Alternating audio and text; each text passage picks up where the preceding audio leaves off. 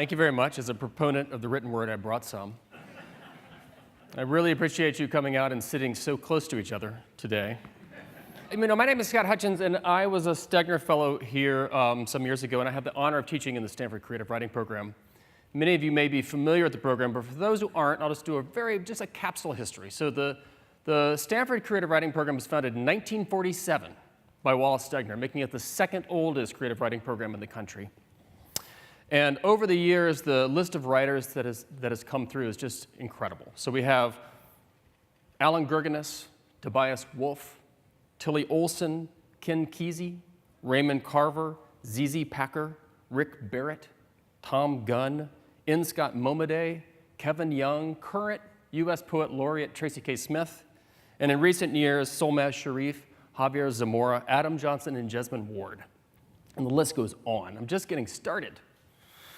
Stanford has really allowed the Stegner Program, built the Stegner Program into the premier, the best award that an early career writer can receive. I was myself a Stegner Fellow, and this was a magical time, which I will illustrate with a short story, a brief story. We used to have our workshop. There's more on this idea of workshop later in my talk, but we used to have a workshop in a windowless, airless room at the top of Margaret Jacks Hall. You may have seen it, some of you, that had a lot of books, had an antique Mac, and a printer that often didn't work. It barely worked. It was on the fritz that day. So Tobias Wolff, who was at the head of the table, he's the leader of the workshop that day, he had just come out with his novel, Old School. It's an amazing book. If you haven't read it, go buy Old School by Tobias Wolff and treat yourself. He just come out with that, and we were asking him, as an acknowledged master of the short forms, short stories, what the secrets were to writing a novel. And Toby, as we called him, leaned in, and then he went back, and he kind of hummed and he hemmed, and he said, well, and then he sat back again, and then he came forward. He was completely stumped. So at that moment, the old printer on the fritz fires up, pulls up a page, runs it through the drum, and shoots out a piece of paper. We look at each other. We walk over and we pick it up, and it is a one-line quote from the writer Elmore Leonard about writing novels. This is a true story. And the quote was, leave out the boring parts.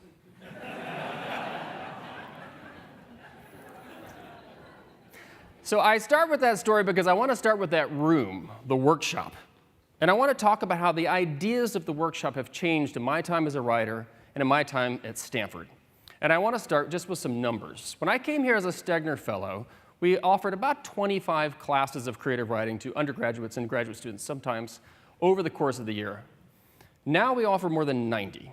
And this year, we will actually have more than 1,200 students taking creative writing in our program. 1,200. Think about that number. So the question of why we've experienced this incredible growth is fascinating to me. But I want to focus today on a question that runs parallel to that, which is, how has the experience of being in a workshop changed? And how has my experience of teaching these workshops changed over this time? So when I first took my first creative writing courses as a student, there was a question that animated all of our effort at that table. And that question was, am I a writer? Am I a writer? And the writing of the short story, or the writing of the poem, in some ways was a demonstration, was a sort of proof of this essential quality of being a writer. And my teachers at that time considered it their solemn duty to sort the wheat from the chaff and decide who was a writer and who wasn't a writer.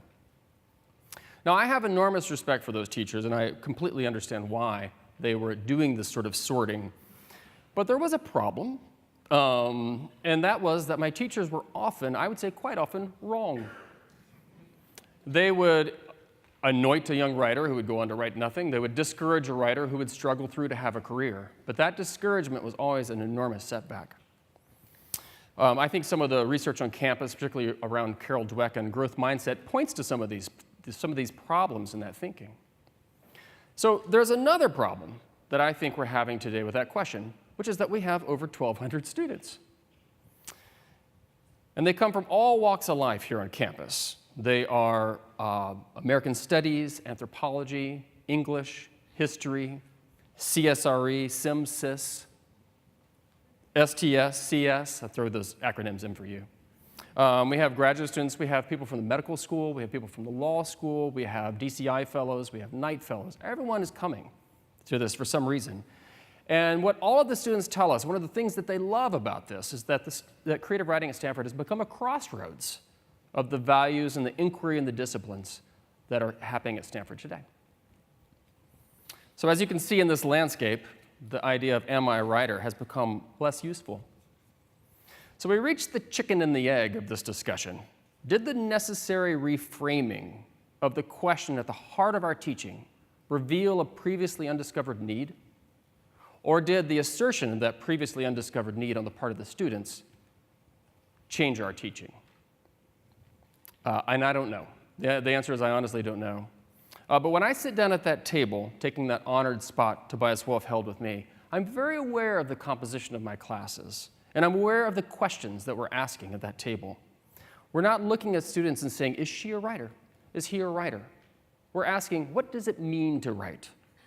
And that question is an entryway into a series of other questions, and I think this is key.